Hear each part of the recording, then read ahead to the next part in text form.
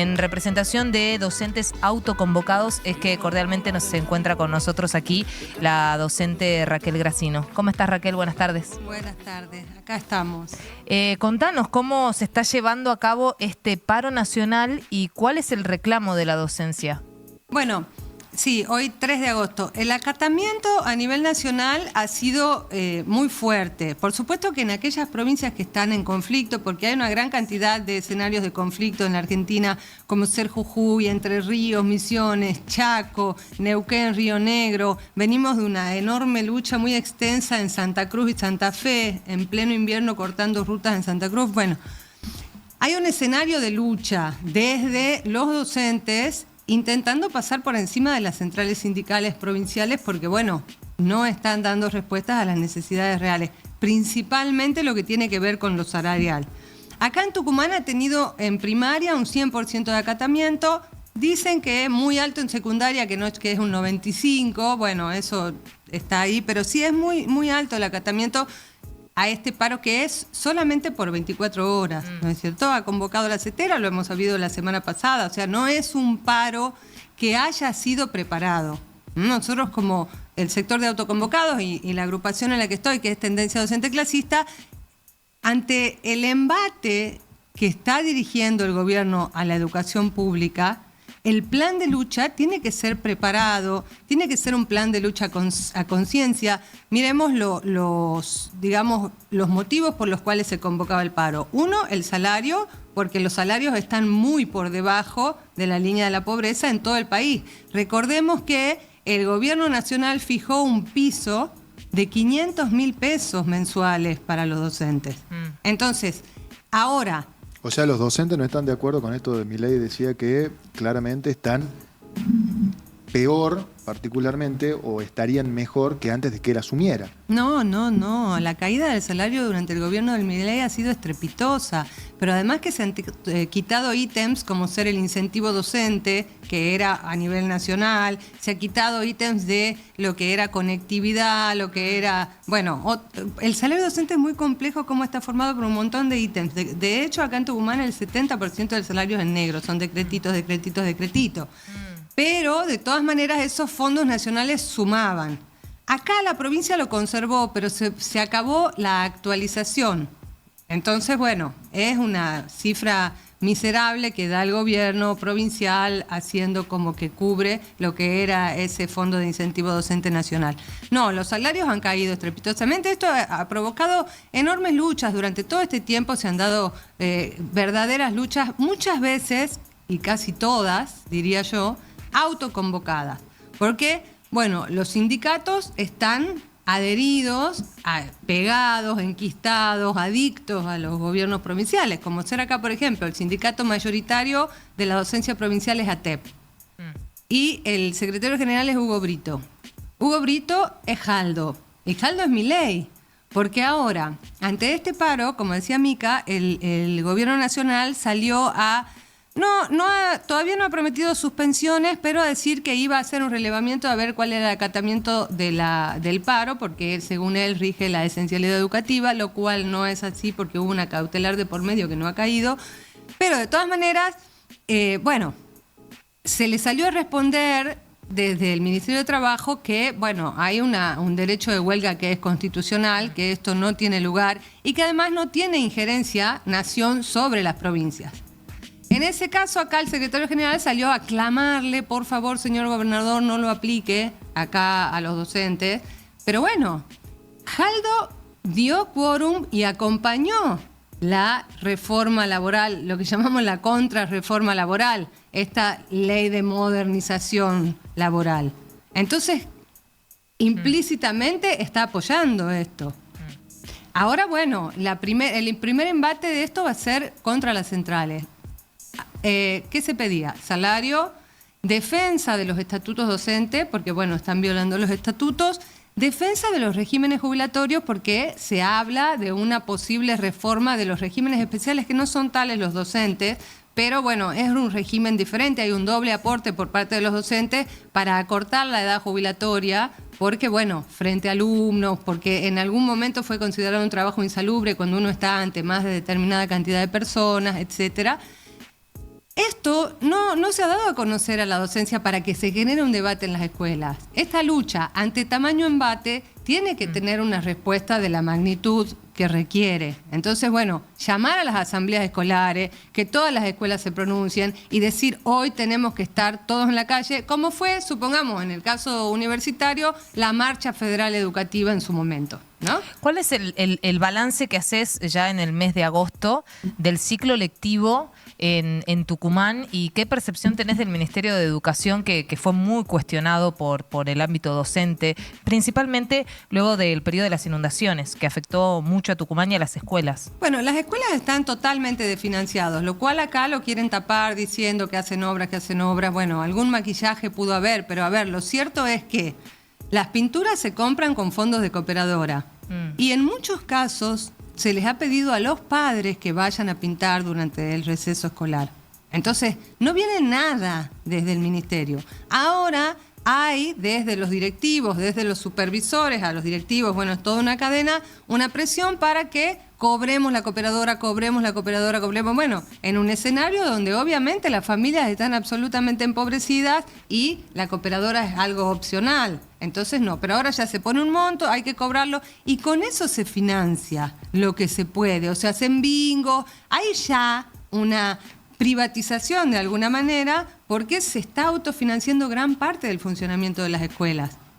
No hay fondos destinados a las... Esto explotó en la escuela normal, en la ESEA, y también se está aplicando ya, sobre todo en la secundaria, lo que es esta ley de libertad educativa, que todavía no está aprobada, pero lo van poniendo como proyectos, que interviene y transforma las currículas escolares. ¿Sí? Se pone el acento ahora en habilidades blandas y se dejan como prioritarias lengua, matemáticas y se va en desmedro de lo que tiene que ver con las ciencias naturales, con la historia, con las ciencias sociales. Bajo el nombre de libertad educativa. Ley de libertad educativa. ¿Sí?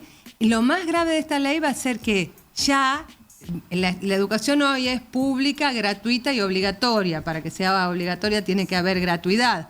Entonces, ya no sería obligatoria, podría haber homeschooling y que los padres no manden los chicos a la escuela, pero además ya no va a tener la obligación el Estado de financiar la educación pública. El eje ahora se pone sobre las familias, que son como los beneficiarios. Bueno, una privatización, ¿no es cierto? Un avance en esa línea. Que si ya hoy estamos desfinanciados, el Estado creo que hoy paga la luz, el agua de las escuelas, pero en las escuelas viejas uno ve las fallas de infraestructura graves, que espero no tengamos accidentes, pero no hay destinado, no hay plata. Entonces, bueno, sin duda la ministra pone la cara, dice que está todo bien, se vio como en la escuela normal rápidamente. ¿Cuándo se ha visto ante una movilización preciosa de los estudiantes y de la familia? Ahí nomás se presentaron ante los estudiantes directamente a hablar con el gobernador. Bueno, van tapando, van tratando de apagar todos los incendios, pero la situación de todas las escuelas es la situación de la escuela normal.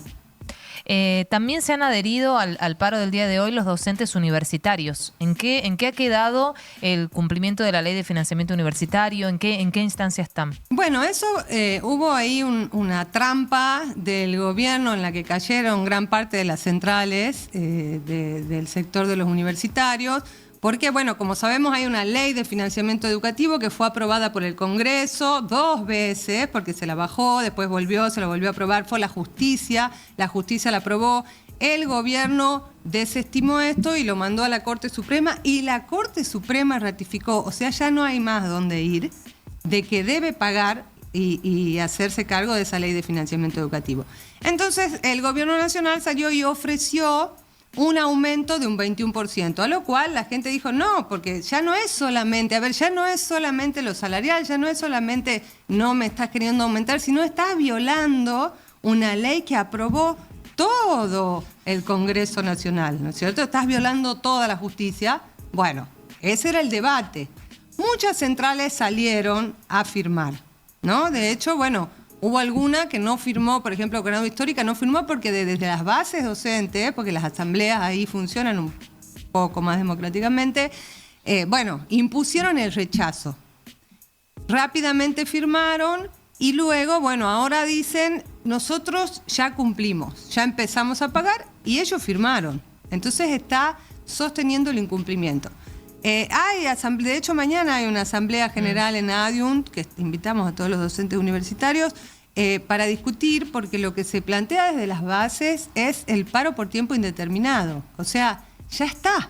O sea, no un paro aislado. Un paro aislado, claro. Por ejemplo, no tiene fuerza. Porque si uno va a una medida de lucha, no es porque uno quiere parar, porque qué lindo, me gusta protestar. Es porque uno va a una lucha que pretende, por lo menos esa es la intención, ganar, porque considera que es algo justo, ¿no es cierto? Entonces, hay que darse todos los medios, que es convocar a las bases, lo mismo que le criticamos a la CETERA, que se hagan los debates, que vengan los delegados, hagamos una gran marcha, bueno, vamos, que se pague lo que se tiene, que se cumpla. ¿No se cumplió? Bueno, paro hasta que se cumpla. Ellos han llevado, el gobierno lleva adelante una declaración de guerra contra todos los trabajadores, pero ahora le falta lo que tiene que ver con la educación pública. Es una materia pendiente que él quiere sacar. Además tiene ahora el pedido del Fondo Monetario Internacional, bueno, ante los vencimientos de deuda y todo eso ya no tiene más dinero, y le han dicho, bueno, vos acá te queda todavía un poquito para seguir ahí escarbando con los regímenes jubilatorios, quiere una modificación, elevar la edad jubilatoria. Es gravísimo. Yo ahí te pregunto, ¿no? Desde tu punto de vista en particular, porque sería interesante que lo plantees. Estás hablando de una dinámica, de una transición que trasciende el gobierno pura y exclusivamente Milei. Hablás de una cuestión de empeoramiento de las condiciones de los docentes y de la educación en general, que trasciende estos últimos 2 años y medio, 3 años de gestión. ¿Hay luz a través al final del túnel? Porque particularmente recién hablábamos con la secretaria de Gobierno de la Municipalidad, que propone cambios estructurales muy profundos en el transporte, un problema que se repite todos los años, ¿no? El descontento de los tucumanos particularmente con el transporte público, un servicio que es nefasto, a precios realmente bastante caros en términos relativos. Ahora, la situación de la educación, podemos pensar una educación que cambie de manera pragmática y hacia el futuro, particularmente para esto, ¿no? Por la cuestión de decir, che, ¿qué tanto es responsabilidad del gobierno actual? Bueno, sí, sin duda que la caída de los salarios, y siempre todos los gobiernos han buscado, estamos dentro de un sistema que busca el beneficio económico de sectores minoritarios, ¿no es cierto? Eso lo sabemos. En este sistema funciona de esta manera, ¿sí? Hasta ahora, dentro de todo, había una conquista, sin duda, del pueblo, de los trabajadores, para que la educación tuviera este carácter público gratuito, ¿sí? Bueno, esto quiere acabar. Cuando vos decís cuál es a largo plazo, por supuesto que hay que pensar hacia dónde queremos ir. ¿Hacia dónde va hoy? Bueno, en el proceso de modernización del Estado se buscó que la educación llegara a todo, desde Sarmiento, esta nacionalización, ¿no es cierto?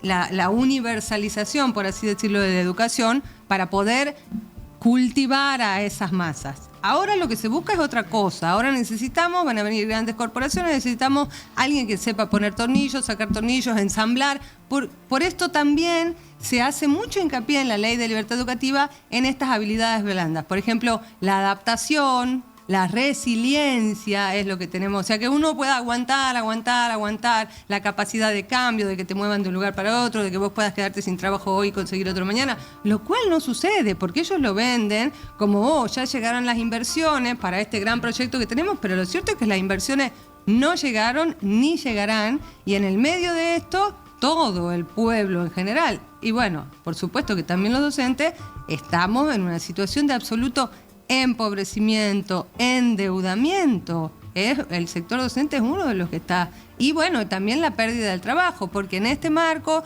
con esta reforma, por ejemplo en secundaria, se cierran secciones, se cierran cursos, se va achicando, amontonando chicos en las aulas, se dejan de lado docentes. Eso es lo que verdaderamente nos tenemos que plantear. Nosotros planteamos que tiene que haber un Congreso Docente Nacional, pero que esté conformado por docentes, que somos los que entendemos de la materia, ¿no es cierto? No algo que viene de impuestos desde arriba, para ver cuáles son las necesidades reales, para ver hacia dónde queremos ir. Por supuesto que tenemos que construir una nueva conducción sindical. Esto va a emerger de las autoconvocatorias. En todas las provincias es la vía por la que se está dando para llevar adelante una lucha en serio en defensa de la educación pública. Antes de comenzar la entrevista, nos contabas que en la universidad, vos sos docente de preuniversitarios. Sí, también. En la universidad está habiendo una fuga de docentes que no les alcanza y deciden desempeñarse en otra cosa, aquellos que pueden. ¿Cuánto está cobrando un docente universitario hoy? Porque se habla mucho del sueldo. Bueno, por ejemplo, en las por ejemplo, un ejemplo de las preuniversitarias. Sí. Un maestro taller que cumple 24 horas estará llegando a los 600, 700 mil pesos. Cuando una maestra de grado por ese mismo horario está llegando a 1 millón de pesos. O sea, la caída de los sueldos en la universidad es todavía peor que en lo que tiene que ver con los docentes provinciales.